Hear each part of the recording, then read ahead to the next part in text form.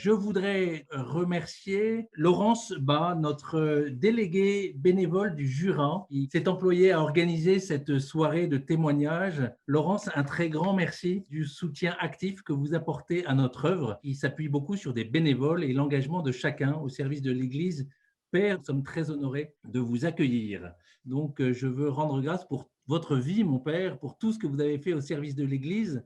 Et ce soir, plus spécialement, c'est du Rwanda dont nous voulions vous entendre parler, ce pays dont on a réentendu parler ces derniers temps avec l'actualité, avec le président français qui a dit, qui a parlé de la responsabilité de la France dans le massacre, dans le génocide.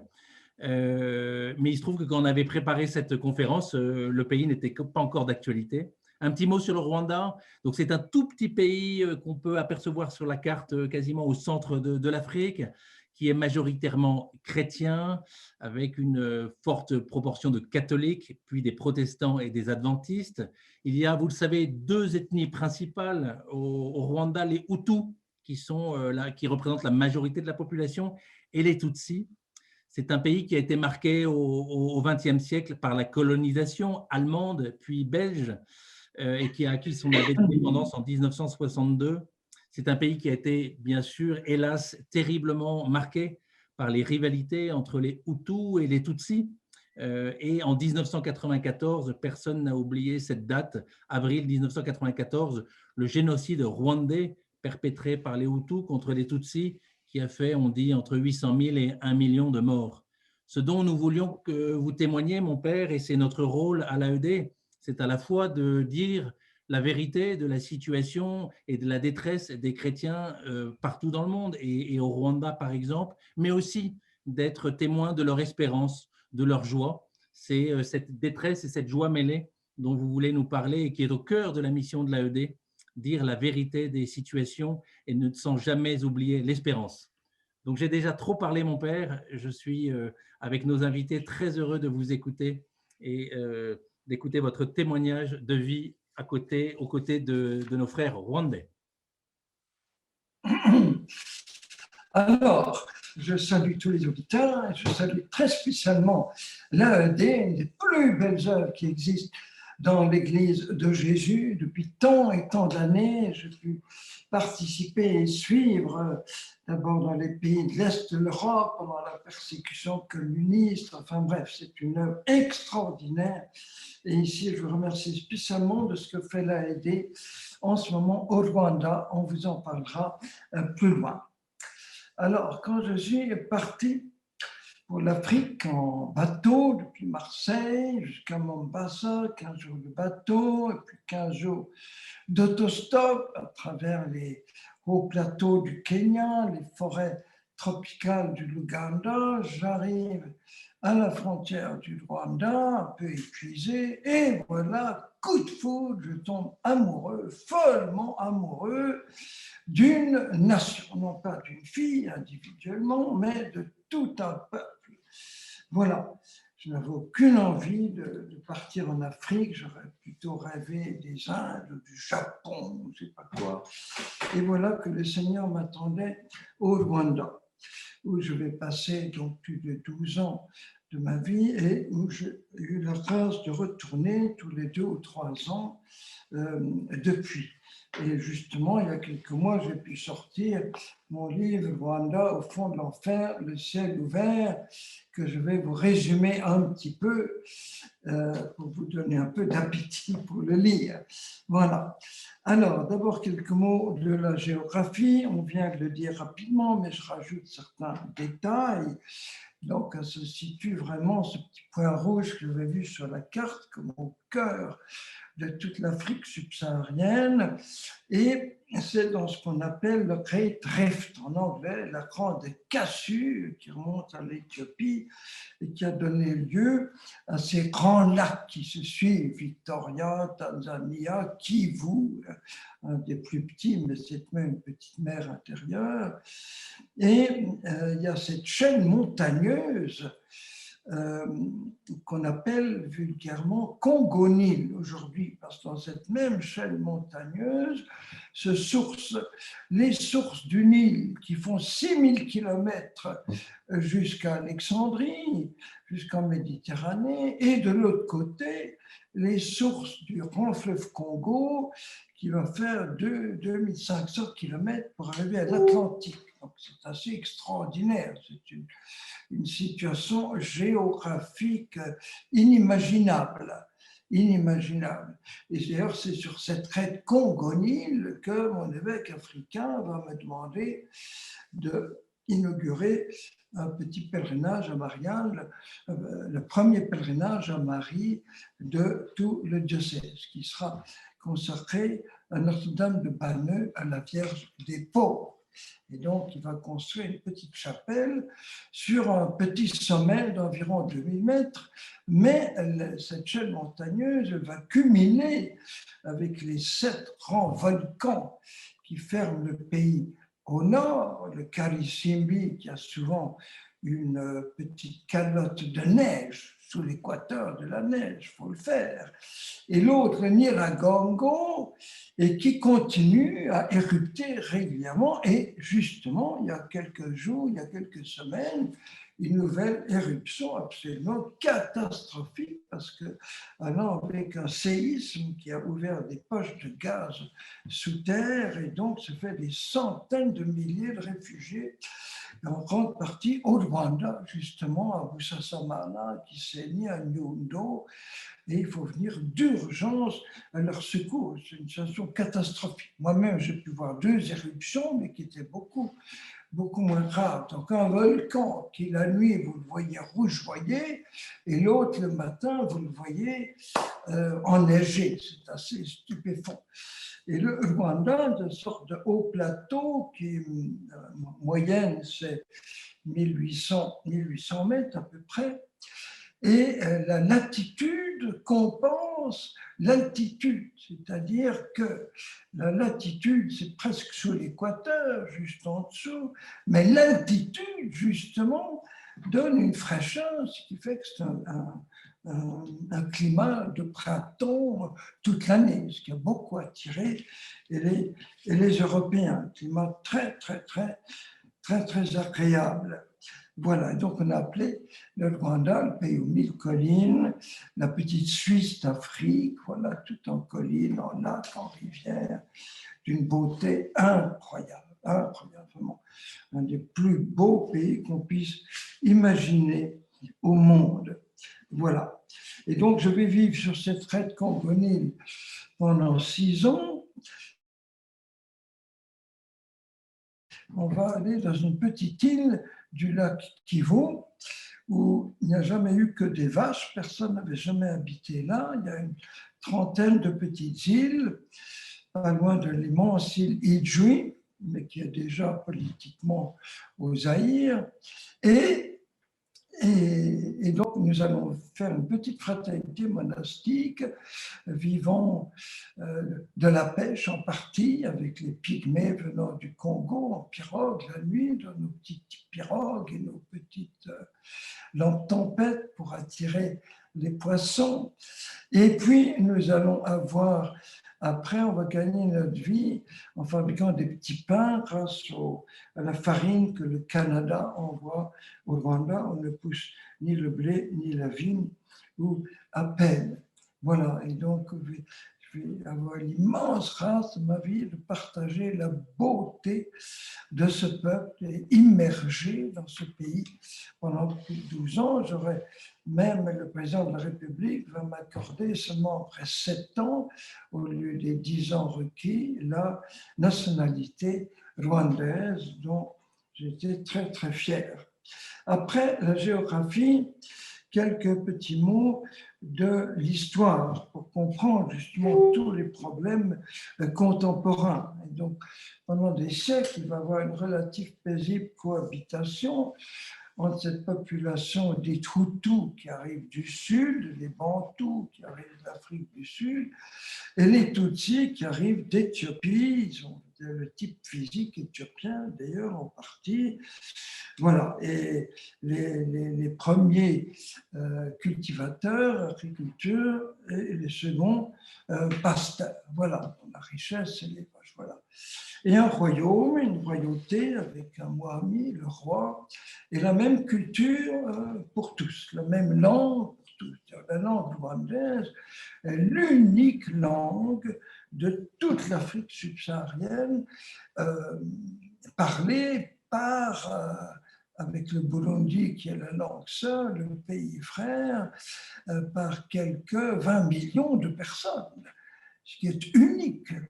Quand on va au Cameroun, en Côte d'Ivoire, les missionnaires doivent apprendre une douzaine de langues. Chaque village avait son langue. Et là, une langue unique, parce qu'un royaume très unifié et très, très cultivé, une mémoire prodigieuse, transmettant de génération en génération les poèmes, une langue très marquée par le nom de Dieu. Il y a tout le temps Imana, c'est le nom de Dieu, et tous les prénoms vont être des prénoms qui comportent le nom de Dieu.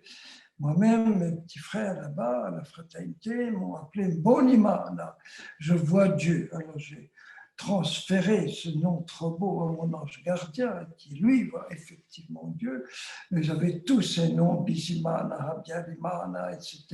Dieu mon espérance, Dieu ma joie, Dieu mon tout, toujours le nom d'une culture magnifique. La langue rwandaise est une des plus riches du monde. J'avais souvent 2 ou 3 expressions différentes, là au français, il n'y a qu'un seul mot, comme pour dire le ciel spirituel et le ciel matériel, etc. Une langue pleine de nuances, tout entier en accent, un petit peu comme les langues asiatiques, c'est-à-dire qu'il faut avoir une très bonne oreille musicale. Si vous vous trompez d'accent, le mot prend un tout autre sens. Je n'ai pas le temps de donner des exemples, c'est une langue magnifique, une très très belle culture. Alors voilà que les Européens vont débarquer très tardivement par rapport aux autres pays. Ce n'est que juste avant l'an 1900 que les Allemands vont pouvoir s'introduire. C'est le 1er février 1900 que le premier missionnaire, père blanc arrivant du l'Ouganda, va pouvoir arriver au Rwanda. Et en 1916, suite à la guerre 14-18, évidemment, ça va passer en protectorat belge, non pas colonie, comme le Congo dit belge, juste à côté, mais un protectorat. Voilà, donc respectant dans les premiers temps toutes les coutumes, toute la culture, toutes les structures sociales, etc.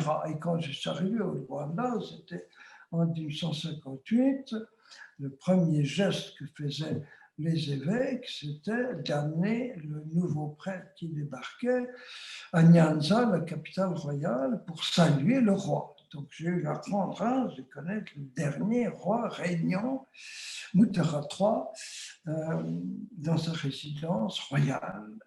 Voilà, c'était très émouvant.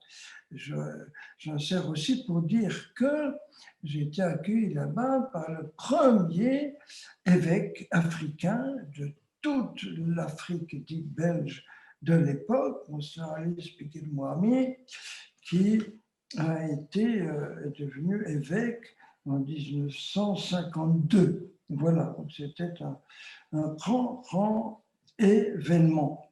Et il m'a reçu vraiment comme un père, m'a incardiné dans son diocèse, etc., etc. Voilà. Et puis en 59, donc je suis arrivé depuis quelques mois, les premiers soubresauts, j'ose dire, de la Révolution. Parce qu'évidemment, les Européens, comme ailleurs en Afrique, ont voulu introduire leur système démocratique occidental de manière beaucoup trop brutale. Il aurait fallu beaucoup plus de transition. Et donc, très, très vite, ça va arriver à la destitution du Mohammed, du roi, la proclamation de la République. Et tout de suite, les premières tensions allant faire des centaines de milliers de réfugiés Tutsis qui vont s'exiler au Burundi et surtout en Ouganda, en Ouganda. Et je me souviens, à peine arrivé, j'ai vu toutes les cases brûlées la nuit. Et on était menacés parce qu'on recevait les réfugiés dans notre petite fraternité. On était menacés d'être tués. On a adoré toute la nuit. Finalement, les menaces n'ont pas été. On a été protégés grâce à Dieu. Et une chose très belle, c'est que plus il y avait de tensions dans le pays, plus les jeunes frères, Tutsi ou Hutu, à peu près 50%, eh bien, s'aimaient, renforçaient leur communion d'amour en Jésus. Ça, c'était très, très, très beau. Voilà, en 73, il va y avoir la Deuxième République avec le fameux président Habyarimana. En 62, il y aura l'indépendance politique. Et puis en 90, évidemment, les Tutsis chassés en Ouganda, entre-temps, ils ont constitué toute une armée très, très, très bien formée, le fameux FPR, et qui va réenvahir le pays. Donc pendant 4 ans, il va y avoir toute cette guerre. Les FPR d'un côté, très, très organisés, très disciplinés, et puis les FA, l'armée nationale, en grande déchéance. C'est d'ailleurs soutenu, porté à bout de bras par l'armée française, comme on sait, avec tous ces officiers français qui sont là, armés avec les armes françaises et tout ça. Et donc, c'est un peu l'actualité, puisque le président Macron, enfin, a eu le courage de formuler une demande de pardon de manière un petit peu sophistiquée, mais enfin, ça revient à ça, de reconnaître la responsabilité écrasante, comme disent les historiens, alors que l'ONU avait déjà demandé pardon, la Belgique aussi, le Canada aussi, parce que quand a éclaté le génocide proprement dit, donc en avril 1994, ça a été dramatique parce que tous les soldats de l'ONU se sont retirés, ne sont pas intervenus, de même les Belges. Bon, il y a tout de suite 10 Belges tués dès le premier matin, donc on comprend que la Belgique les a retirés, et donc on a laissé ce pauvre peuple s'entre-déchirer entre eux. Et ça a été un drame épouvantable. Bon, l'Église a beaucoup souffert, puisque il y a environ 250 prêtres et religieuses, dont 5 évêques, qui vont être tués dans ce génocide. Beaucoup d'églises détruites, beaucoup de chrétiens tués dans les églises. L'église de Nyanza remplie de chrétiens qui est détruite au bulldozer, et tout le monde est écrasé. J'ai pu dire une messe sur le terrain de foot qu'on a fait au-dessus de tous ces corps. Dans mon propre église de Kibouye, il y a eu des milliers de Tutsis horriblement massacrés dans mon diocèse. Un tiers du clergé a été tué, un tiers, n'est-ce pas? Et les églises profanées détruites et tout ça. Donc l'Église a payé un très, très, très lourd tribut. Et voilà, il faut dire qu'à cette époque-là aussi, il n'y a même pas la moitié du pays qui est baptisé, qui est catholique ou protestant. Ça, on ne l'a pas assez dit. Voilà. Et puis en juillet 1994, ça va être la victoire du FPR, tellement bien discipliné, avec l'actuel président Kagame, qui a quelque chose d'un dictateur, mais un dictateur intelligent, éclairé, et qui a su faire monter le niveau économique du pays d'une manière quasi miraculeuse et assurer une sécurité quasi absolue pour le moment dans le pays. J'étais récemment, on fait même circuler la nuit, à toute heure de la nuit, sans crainte, etc. Donc un vrai miracle économique. Voilà. Alors, tout le but de mon livre, c'était de montrer que, comme dit le titre, au fond de l'enfer du ciel ouvert, on a toujours parlé des horreurs effectivement réelles, mais jamais des splendeurs. C'est pour ça que le sous-titre, c'est pour 100 jours d'horreur. Voici 300 témoignages de splendeur, des miracles de charité divine, de dons de soi, de renoncement, des gens donnant leur vie pour sauver une autre vie, acceptant de tuer plutôt que de dénoncer un frère ou une sœur chrétienne, de ton groupe de prière, etc. Et donc, au long de mes voyages là-bas, enfin, ce n'est pas des voyages, je dirais pèlerinages sur ces lieux ensanglantés, ou plutôt parfumés par l'amour des martyrs, j'ai pu recueillir, avec d'autres d'ailleurs, 300 témoignages avec la date, le lieu et le nom, donc des choses très précises. Il y a une espèce de martyrologe du Rwanda. Et il y a des choses admirables. Bon, beaucoup seraient canonisables immédiatement. Et plus Satan s'est déchaîné, plus l'Esprit Saint aussi s'est démené pour fabriquer des saints. Je viens de dire, c'est Satan, c'est la seule explication à cette explosion de violence et d'atrocité dans un pays tellement cultivé, où il y avait tant de respect de la personne, etc. Ça me fait penser à la Révolution française. Nous n'avons aucune leçon à donner aux Africains. C'est nous qui avons commencé nos horreurs avec toutes nos guerres tribales européennes, tous ces conflits franco-allemands qui ont fait des millions et des millions et des millions de jeunes tués, répandant leurs conflits ethniques dans le monde entier. On a fait bien pire avec les chambres à gaz, etc. Et la Révolution française, un pays tellement cultivé au niveau musical, au niveau art, au niveau avec Molière, Racine, Versailles, etc. Un pays très cultivé et qui a pu connaître cette explosion incroyable d'atrocités, de tortures que je ne peux même pas raconter ici. Voyez. Donc, on est très humble. Ce n'est pas à dire, ben, vous, Africains, et on leur a donné l'exemple. Voilà. Alors, je vais donner quelques exemples parmi tant et tant d'autres, parmi des centaines. Vous avez par exemple la ministre de l'Éducation qui a été tuée dès les premiers jours du génocide. C'est la merveilleuse Agathe Uwalingiyimana, toujours Imana dans le nom, qui a été tuée, qui a tout fait pour s'opposer aux quotas dans les universités en Tutu et Tutsi. Il y a la petite merveilleuse Dorothée Mukandanga de Kapgai. Kapgai est la capitale religieuse du pays. C'est tout à fait au centre géographique. C'est un archevêché, l'archevêché. Maintenant, on peut transférer à la capitale, Kigali. Agathe, qui est à la tête de l'école d'infirmières, qui va cacher les Tutsis avant que les Hutus viennent les massacrer. Elle refuse de donner la clé, du coup c'est elle qui est tuée. Maintenant, sa cause de béatification vient d'être introduite par le cher Monseigneur Smaragde, qui a préfacé mon livre d'ailleurs, de Kapgai. Nous avons Félicitas Nitegeka, que j'ai eu l'immense grâce de connaître, puisqu'elle était de mon diocèse à Nyundo. Et Félicitas, qui a fait comme son noviciat à Lourdes, puisqu'elle faisait partie de ce qu'on appelait les filles de Monseigneur, c'est-à-dire des filles consacrées totalement au service d'un évêque en Afrique. Et donc, elle a caché 39 jeunes filles de l'autre ethnie que la sienne, les Hutus, elle a caché ses Tutsis.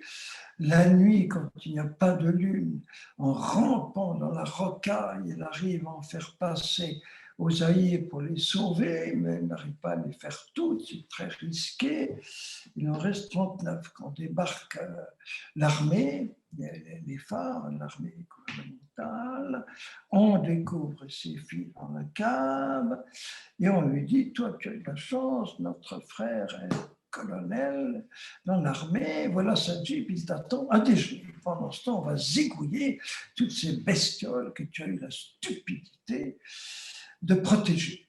Et elle répond un petit mot, c'est la seule relique qu'on a d'elle, un petit mot manuscrit qui dit en grosso modo, tu crées l'enfer sur la terre, je ne veux pas que tu ailles en enfer, mais tu ne me sépareras jamais de mes sœurs en Christ. Tu ne tues toutes ou personne.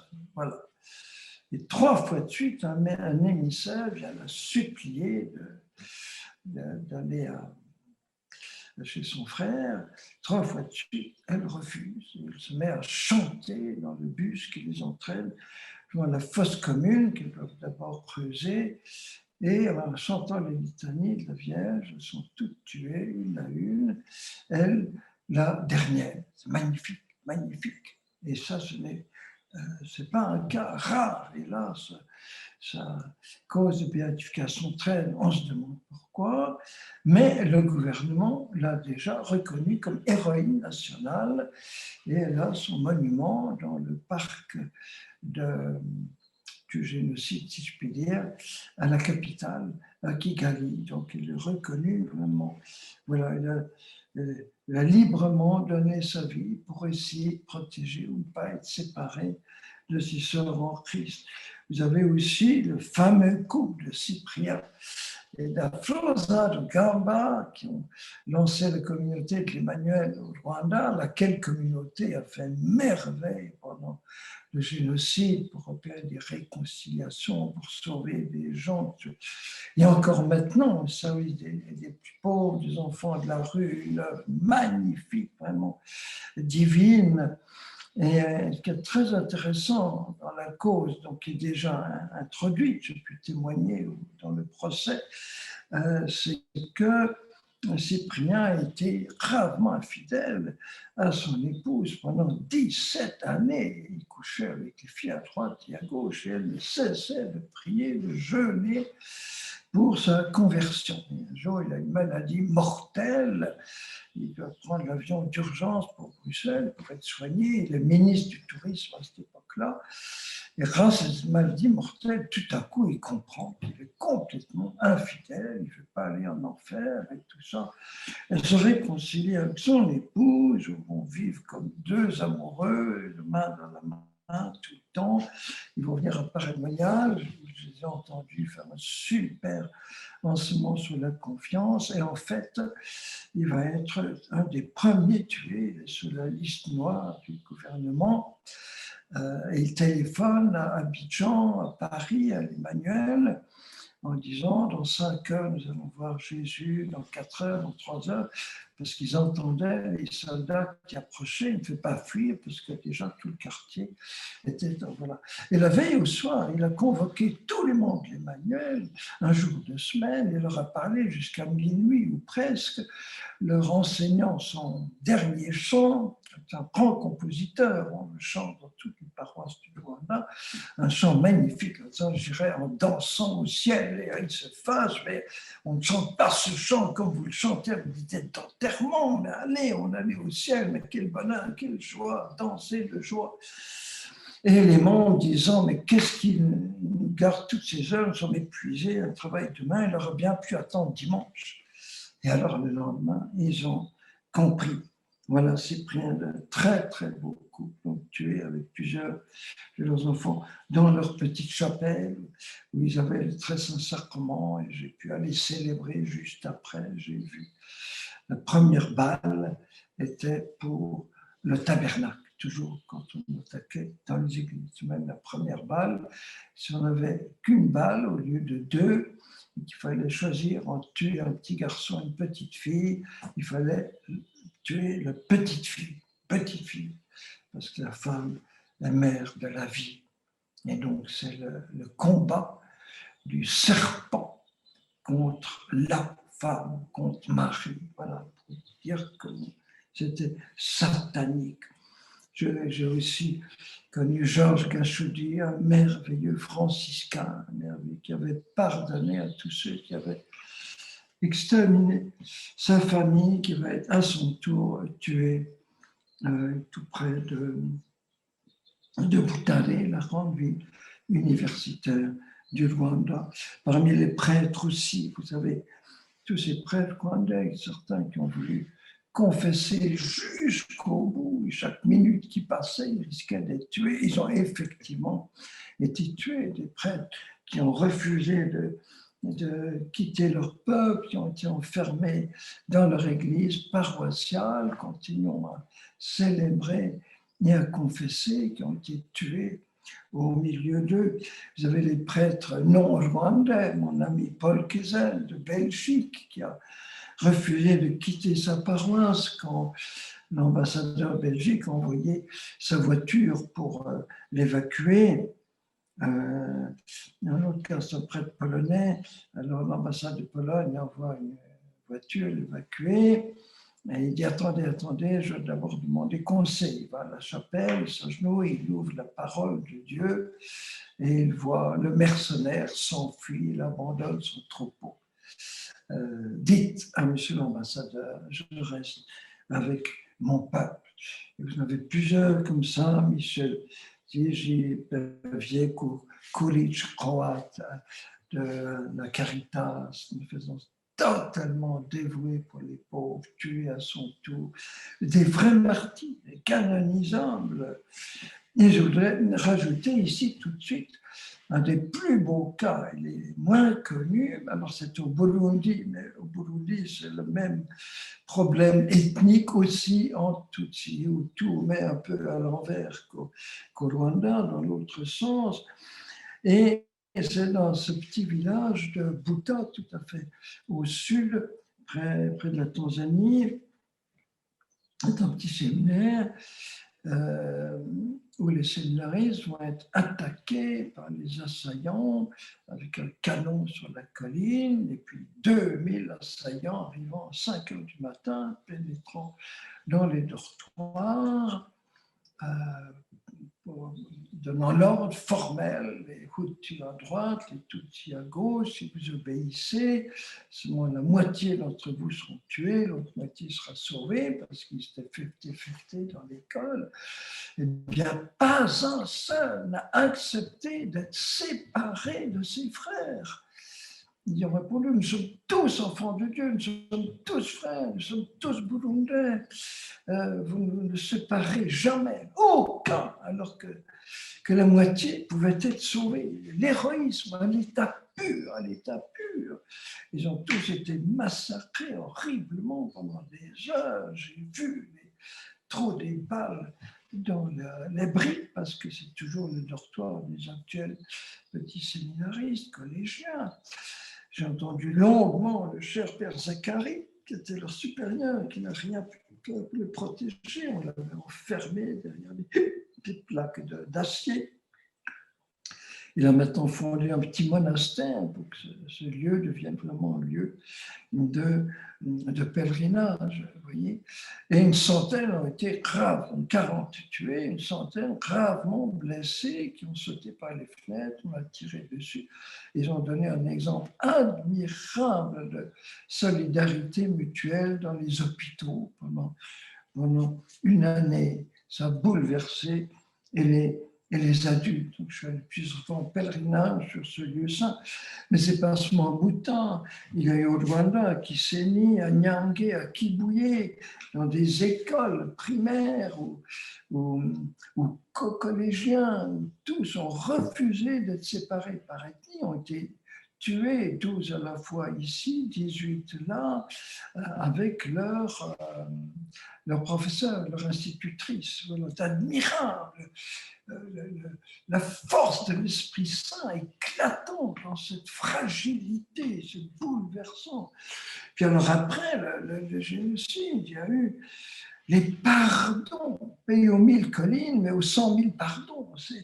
C'est quelque chose de beau, aux 100 000 tués, aux 10 000 pardons, disons. Non, un peu comme ça. Et je connais une fille qui a vu toute sa famille massacrée. Elle a pu se cacher dans la bananerie, elle était très noire, la nuit était très noire, cachée derrière un bananier noir. Elle n'a pas été vue. Et elle rencontrait régulièrement dans les rues de Kigali les assassins. Et s'ils savent qu'elle a tout vu, ils peuvent encore la tuer. Et elle dit, je ne les dénonce pas à la police, je prie et je jeûne pour leur conversion et pour qu'ils demandent pardon à Dieu. Il y a eu des choses admirables pendant les gachacha, c'est-à-dire les tribunaux populaires qu'on a institués sur toutes les collines. C'est un pays où il n'y a pas de village, où il y a très peu de villes. On dit les collines, c'est habité partout, partout, partout, partout. Il n'y a pas un centimètre carré de terre cultivable qui ne soit pas occupé. Eh bien, durant ces gachacha, quand on ne fait pas remplir les prisons avec des centaines de milliers de gens, il y a eu beaucoup de demandes de pardon, d'aveux, des choses bouleversantes, bouleversantes. Je veux dire, des miracles de charité divine. Donc il y a eu ces horreurs des atrocités et les splendeurs de la charité divine. Il y a tant et tant d'exemples. Je peux parler de mon père spirituel, qui était mon vicaire général, qui est un homme admirable, qui a été tué dans un camp de réfugiés. Enfin, et alors, il était en train de baptiser un petit enfant. Et il commence à dire à son meurtrier, écoute, je veux te bénir et bénir toute ta famille avec mon arme à moi, l'eau bénite. Donc il asperge l'eau bénite, mais le type là tout de même tué. Et pendant qu'on le tuait, il disait tout le temps gloire à toi Seigneur, gloire à toi Seigneur, gloire à toi Seigneur. Je suis très fier d'avoir un père Spi qui est un martyr à l'état pur. Nous aurons sûrement un jour la fête des martyrs du Rwanda, comme nous avons déjà celle des martyrs, des jeunes martyrs pour la chasteté, pour la pureté. On oublie cette précision-là, brûlés vifs le jour de l'Ascension à Kampala, où j'étais très ému. Il y a 2-3 ans, les évêques du Rwanda m'ont demandé de leur prêcher une retraite uniquement pour eux, une retraite épiscopale, qu'ils ont voulu vivre justement à Kampala, sur les lieux du premier rang vague de martyrs africains. Et je vais terminer en parlant un peu de Kibeho. Cette année, c'est les 40 ans de Kibeho, comme ça les 40 ans de Menge, les 40 ans du Congrès eucharistique de Lourdes, où j'ai eu la grâce d'être ordonné. Donc, c'est un peu une année jubilaire, voilà. Et alors, souvent, quand nous étions à la retraite Congonil, dans cette belle petite chapelle qui existe toujours, dédiée à la Vierge des Pauvres, on me disait, mais Marie, tu apparais tellement souvent en Europe, en France, vraiment, il est temps que tu apparaisses ici au Rwanda. Et en fait, ça va être sur cette même chaîne de montagnes, mais beaucoup plus au sud, tout près de la frontière du Burundi, que Marie va apparaître. Et ce qui est de très intéressant, c'est qu'elle apparaît dans une des collines les plus pauvres du Rwanda, dans un des collèges les plus pauvres. Ils n'ont même pas l'eau courante, je ne sais même pas si on a l'électricité, donc les élèves doivent aller puiser l'eau dans des seaux au fond d'une vallée très profonde, les remonter, c'est épuisant. Et elle va partager toute la vie quotidienne de ce collège. C'est ça qui est tout à fait stupéfiant comparé à toutes les autres apparitions mariales. On n'a jamais vu ça. À l'eau, la Bernadette, elle sort du petit village pour aller près du Gave, etc., etc. Et ici, c'est Marie qui vient. La première apparition, c'est Alphonsine au réfectoire, pendant le repas de midi. Elle est le service, elle a un plat de lentilles en main, et tout à coup, voilà la reine du ciel qui est là, devant elle. Alors elle lâche le plat de lentilles, mais la mère de Dieu hésite. Et puis ensuite, ça va être à la prière du soir, dans le dortoir. Elle rejoint les petits élèves qui prient, les filles qui prient. Quand les enfants dansent, elles dansent. Quand ils frappent des mains, elles chantent avec eux, elles partagent. Voilà. Et elle est vue par deux d'entre elles, Alphonsine et Natalia, qui vivent toujours.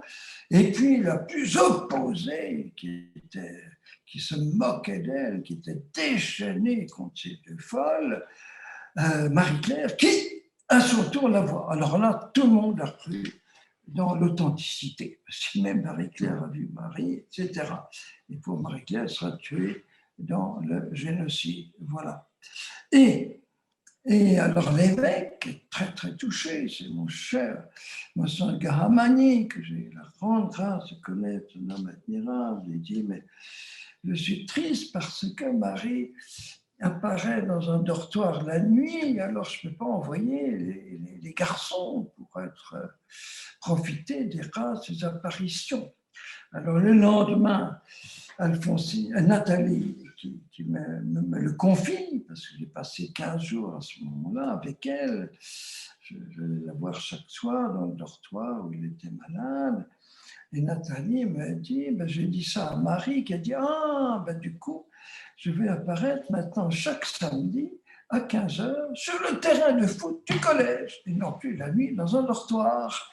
Et donc, il y aura tout de suite 1000, 2000, jusqu'à 20 000 personnes qui vont venir, des longues apparitions qui durent 4-5 heures de suite, qui sont souvent des classes de chant, des chants du ciel que Marie leur apprend, qu'on chante maintenant dans toutes les paroisses.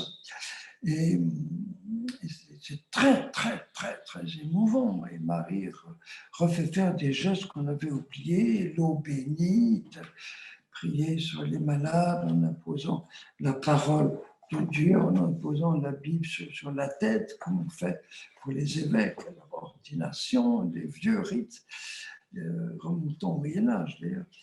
Voilà. Et puis, ce qui est très intéressant, c'est qu'elles vont toutes être envoyées en mission. En mission, une d'elles pour animer des rassemblements dans les paroisses, une autre pour visiter les familles, une autre pour souffrir. Petite Nathalie, tout le temps malade. Voilà. Et Kibéo va être reconnu très, très rapidement grâce à un certain Cardinal Ratzinger, qui a été très impressionné par ces apparitions. Il a activé la chose. Vous savez que 20 ans après, eh bien, Jean-Paul II reconnaissait l'authenticité des apparitions de Kibéo. Et déjà avant, depuis 10 ans, c'était reconnu comme lieu de pèlerinage marial. Alors pourquoi est-ce que Ratzinger, ensuite Benoît XVI, a été tellement frappé?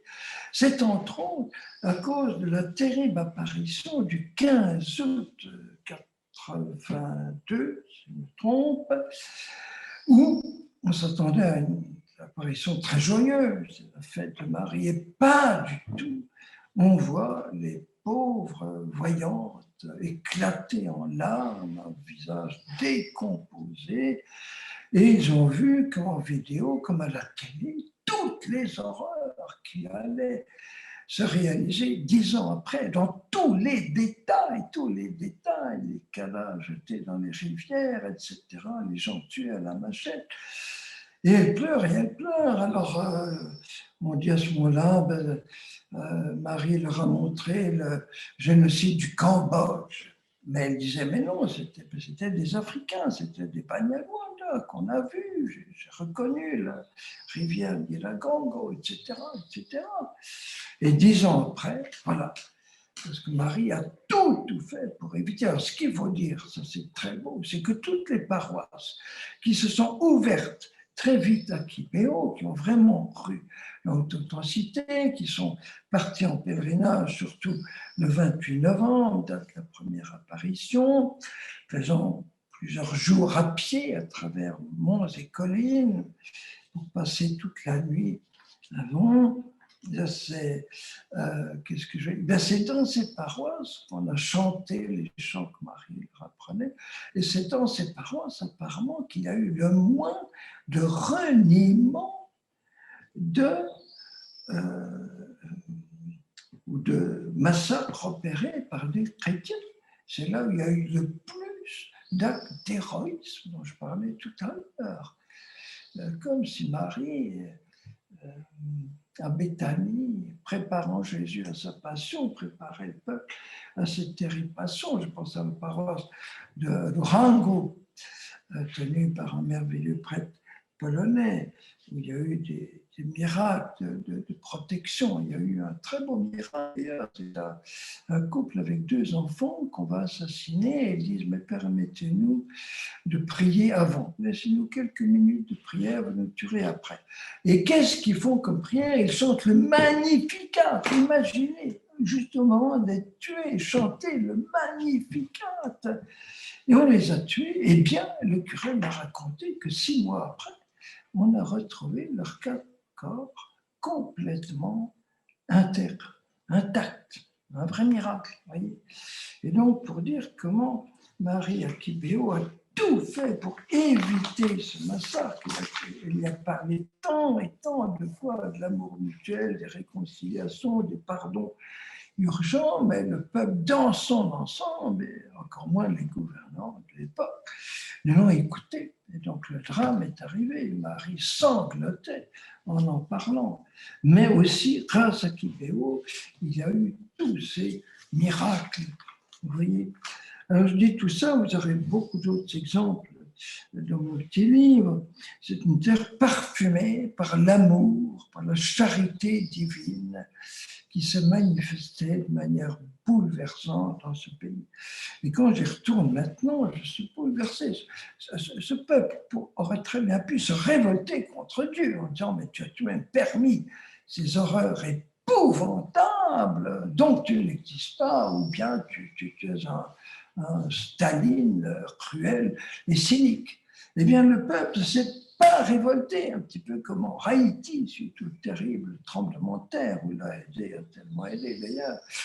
Eh bien, le peuple a continué à croire, a rempli les églises. Et quand je vais dans ce pays, je vois le dimanche avec des paroisses, avec 7 ou 8 messes de suite, toutes les 2 heures une messe, puis le samedi soir, et à chaque messe 2000 personnes, dont 15%, pardon, qu'est-ce que je dis, dont 50% à moins de 15 ans. C'est un des peuples les plus jeunes de la planète. Nous, on a l'argent, eux, ils ont la vie. Et c'est impressionnant, 50% à moins de 15 ans. À imaginer, c'est fou quand vous voyez 1500 jeunes devant vous à une simple messe du dimanche, et combien plus pour une fête. Puis le grand pèlerinage annuel à Kibéo le 28 novembre, c'est extraordinaire. La foule arrive le soir, on va passer toute la nuit parfois sous la pluie. D'ailleurs, il y a juste une veillée le soir. La dernière fois, j'entendais un merveilleux chanteur qui s'appelle Kizito, qui est originaire de Kibéo, justement, qui hélas a été tué depuis en prison. Un chanteur merveilleux qui chante et tout le peuple reprenait avec tant de joie sa chanson où il saluait la mère du Verbe.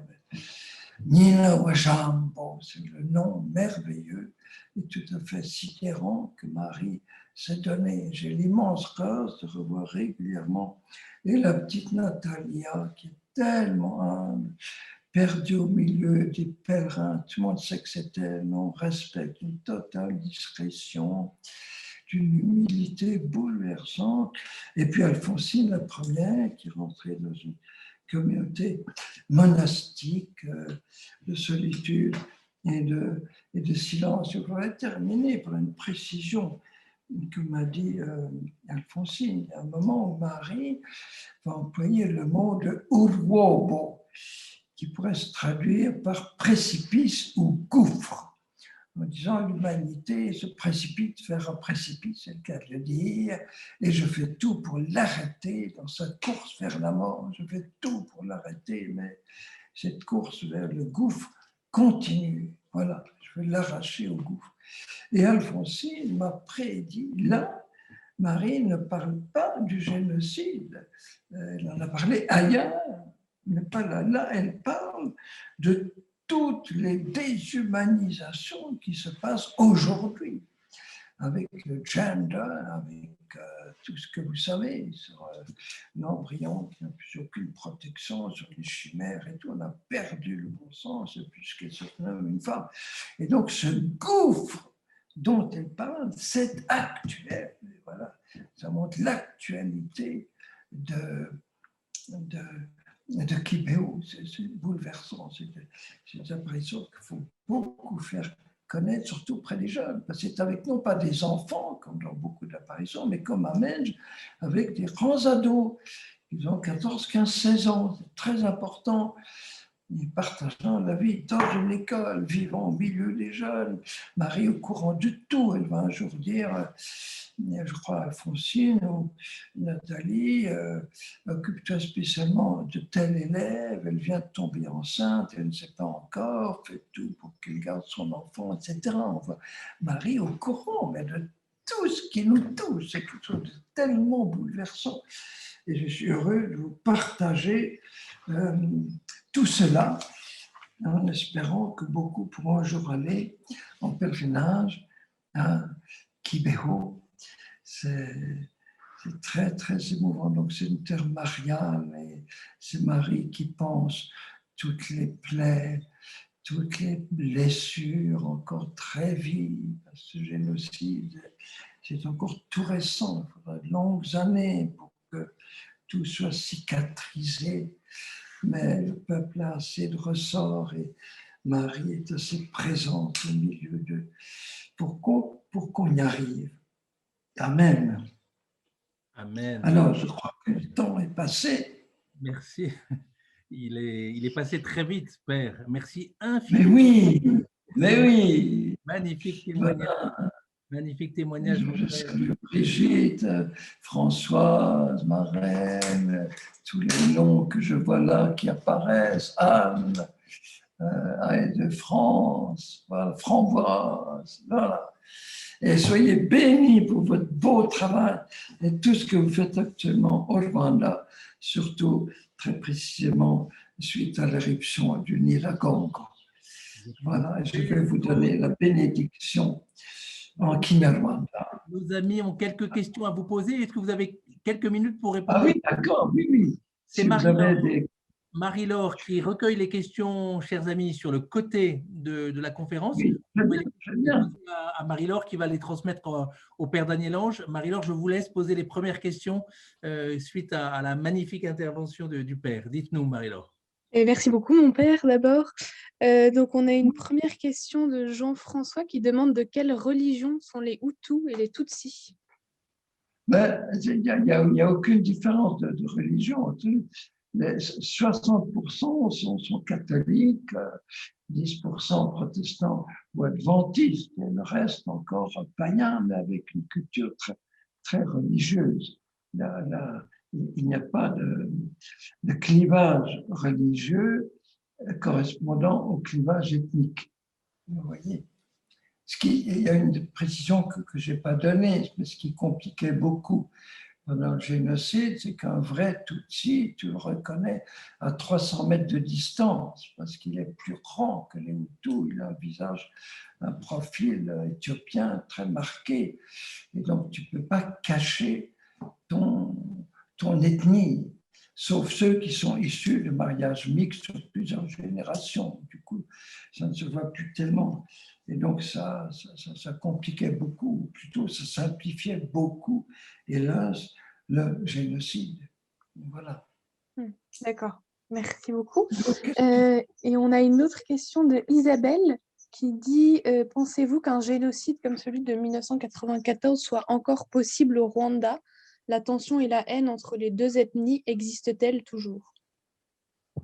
Non, c'est impossible parce que si tu veux, tous les rescapés ont été tellement horrifiés des deux côtés. Ça a été un massacre tellement épouvantable en 3 mois. L'ONU n'avait jamais vu ça à ce point-là, même le génocide arménien et tout ça, ça a été beaucoup plus échelonné sur plusieurs mois. Là, ça a duré 3 mois. Et donc, ils sont tellement horrifiés qu'il n'est pas question de recommencer, ni dans un sens ni dans l'autre. Et donc, tout le monde est assez lucide pour dire la seule solution, c'est les réconciliations, c'est les pardons. Il faut qu'on vive ensemble, il n'y a rien à faire. Sinon, c'est la perte du pays. Et tout de même, la plupart ont tout de même un bon sens humain. Voilà, même si ça ne solutionne pas tous les problèmes d'un seul coup, évidemment.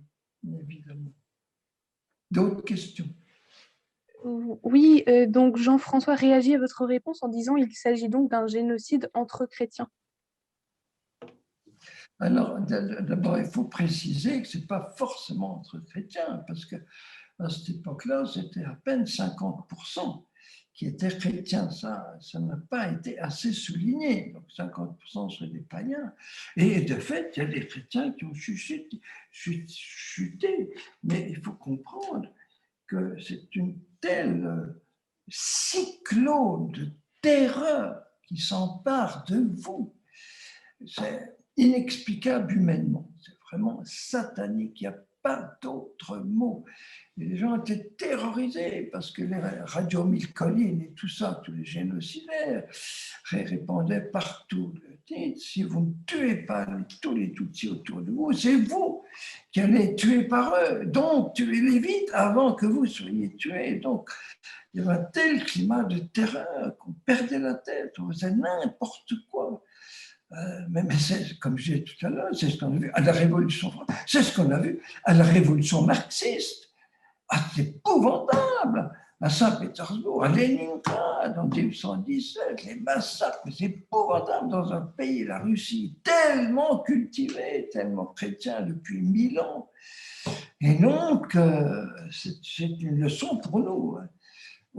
Aucun pays n'est complètement à l'abri automatiquement d'une explosion de violence raciale. Une sorte de haine qui sort, c'est impressionnant. Et ceux qui doutent de l'existence de Satan, je les envoie voir et les charniers au Rwanda. Vous en parlerez après. Voilà. Non, ça a été diabolique, satanique, mais finalement, la Vierge a eu le dernier mot. C'est ça, c'est ça. Et justement, nous avons Jean-Marie qui demande qui a initié cette haine, plutôt des personnes isolées ou un groupe tout entier. Vous parlez de Satan, mais comment exactement? Je n'ai pas trop bien compris, excuse.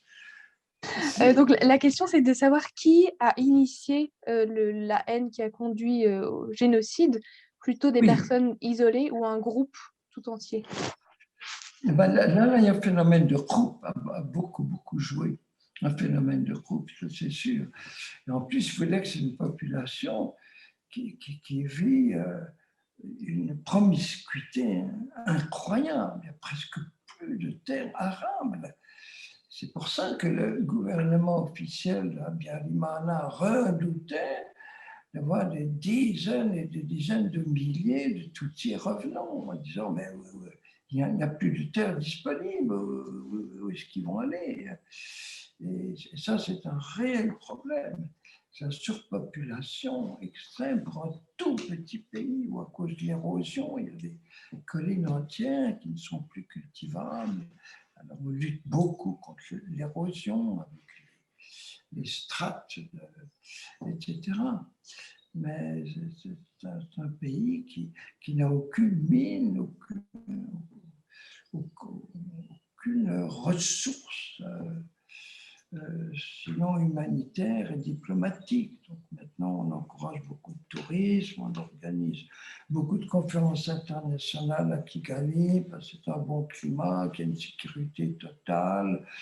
Donc ça apporte un peu de l'argent au pays, mais sinon c'est un pays pauvre en soi, voilà. Mais qui a fait mon admiration. Je voyais les petits-enfants qui n'avaient même pas une petite lampe tempête pour s'éclairer la nuit, qui avaient à peine une seule chemise à se mettre sur le dos, une seule, et encore à peine. Et jamais une plainte, toujours la joie, le sourire, le sourire des pauvres. C'est quelle leçon pour nous, quelle leçon. Nous sommes à l'école de ces pauvres. C'est l'université de la joie. Pour moi, ça a été l'université de la joie. J'ai appris à vivre à l'école, plus qu'au contact, à l'école de ce peuple. Voilà. Et donc, j'ai d'autant plus eu le cœur crucifié en apprenant sans être sur place. Je ne peux même pas partager toute leur souffrance. Ça a été terrible pour moi. Voilà. Peut-être que le Seigneur a voulu que je survive pour pouvoir être témoin de toutes ces merveilles de Dieu dans ce peuple. Voilà. Deux petites dernières questions, si vous avez encore quelques minutes pour nous. Oui. Bien sûr. Alors, nous avons Marraine qui demande, y a-t-il un risque que ce conflit reprenne au Burundi où seraient réfugiés des génocidaires? Ah oui, alors le Burundi, je ne peux pas trop en parler. Je connais beaucoup moins, je l'ai plusieurs fois, bien sûr, merveilleusement accueilli par le foyer de charité de Bujumbura, mais je ne peux pas en parler parce que je ne suis pas assez au courant de la situation actuelle. Ça pas évidemment, ils ont eu un terriblement mauvais président qui, je crois, est toujours sur place. Donc, c'est une situation beaucoup plus critique qu'au Rwanda. D'ailleurs, il y a des milliers de réfugiés au Rwanda, dont la fameuse Maggie Barankitse.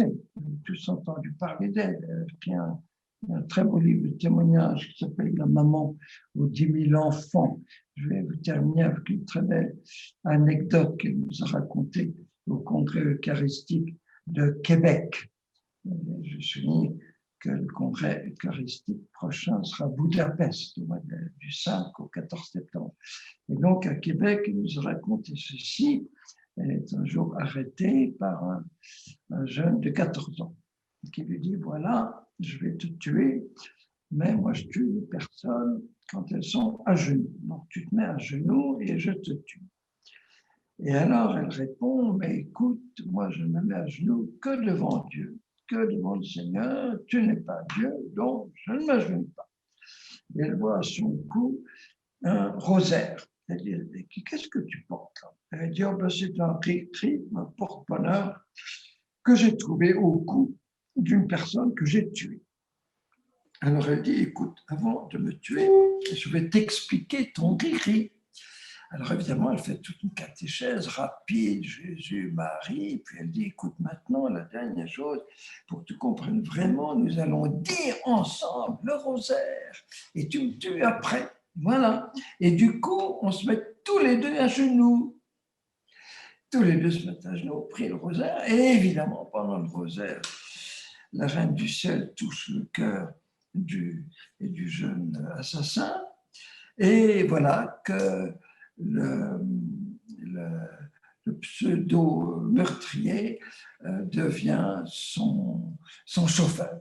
Son chauffeur. C'est une très belle histoire. Très belle histoire. Et donc, il a créé des orphelinats où il accueille des milliers de petits orphelins dont les parents ont été tués dans les massacres au Burundi. Et maintenant, elle est persona non grata par son gouvernement et donc elle est réfugiée près de Kigali, une femme admirable, Maggie Barankitse. Elle a témoigné aussi à Bruxelles devant la reine Fabiola lors du congrès mission de Bruxelles. Voilà. Merci beaucoup, mon père, pour toutes ces précieuses réponses aux questions. On aimerait bien continuer pendant des heures, mais on va vous laisser. Eh bien, je vais terminer en vous donnant une bénédiction. Voilà. Seigneur, viens bénir tous les auditeurs, toutes leurs familles, surtout les familles les plus souffrantes en ce moment. Viens bénir tout ce peuple du Rwanda, tout le peuple du Burundi, tous les peuples où il y a de la souffrance, où il y a des meurtres, où il y a de la tension ethnique. Viens apporter ta paix, toi le prince de la paix. Et moi, je vous bénis tous et chacun au nom du Père qui vous confie son Fils. Et à travers son cœur ouvert, répand sur vous son Esprit Saint. Imani Shabarabios, et Kanivojimbo, et Bahumokisha, Da, Namwa, Naro, Mutagatif. Amen. Amen. Merci. Père Daniel-Ange. Merci à vous. Merci, que Dieu vous garde. Nous vous gardons dans la prière, Père, de tout cœur. Oui, merci beaucoup, beaucoup. Merci beaucoup. Voilà. Merci de m'avoir donné cette joie de parler du Rwanda. C'était une grâce et une chance de pouvoir vous écouter. Merci, Père. Bonne nuit. Au revoir. Merci infiniment. Merci à tous. Merci à tous d'avoir pris le temps de passer ce moment ensemble aux côtés de nos frères du Rwanda. Voilà, vous savez que en détresse, présent auprès des chrétiens souffrant dans le monde. tout spécialement en Afrique actuellement. Vous savez qu'au Sahel, la situation est particulièrement difficile. En Afrique subsaharienne, nous sommes très présents. Donc, nous pouvons agir, c'est vraiment grâce à chacun d'entre vous, grâce à chacun de nos bienfaiteurs. Donc, c'était aussi l'occasion pour nous ce soir de vous remercier de tout cœur pour tout ce que vous faites pour les chrétiens persécutés et opprimés dans le monde. Sans Dieu, nous ne pouvons rien faire. Et puis sans vous, nous ne pouvons pas faire grand-chose non plus. Donc, merci infiniment pour tout ce que vous faites pour vos frères. Je terminerai juste par cette parole du Christ. Ce que vous avez fait au plus petit d'entre les miens, c'est à moi que vous l'avez fait. Donc, merci de prendre soin de Jésus lui-même en prenant soin de vos frères. L'AED agit au Rwanda depuis de nombreuses années. Cette année, nous avons soutenu plus de 300 projets, notamment la formation des prêtres et des religieuses. Donc, n'hésitez pas à continuer à nous soutenir, à soutenir vos frères au Rwanda et partout ailleurs dans le monde. On va terminer ici ce temps de partage. Nous vous portons-nous bien les uns les autres dans la prière de tout cœur. La prière, c'est le cœur pour soutenir l'espérance dont vient de nous parler le Père Daniel-Ange. Donc, en grande union de prière les uns pour les autres. Et à très bientôt pour un nouveau pèlerinage. Hier, nous étions en Terre Sainte, ce soir au Rwanda. Nous vous donnerons des informations sur un prochain pèlerinage ensemble, virtuel, dans un autre pays du monde pour vous dire la situation de nos frères, à la fois leur détresse, mais aussi leur joie et leur espérance, comme l'a fait le Père Daniel-Ange ce soir. Merci beaucoup et à bientôt avec grande joie.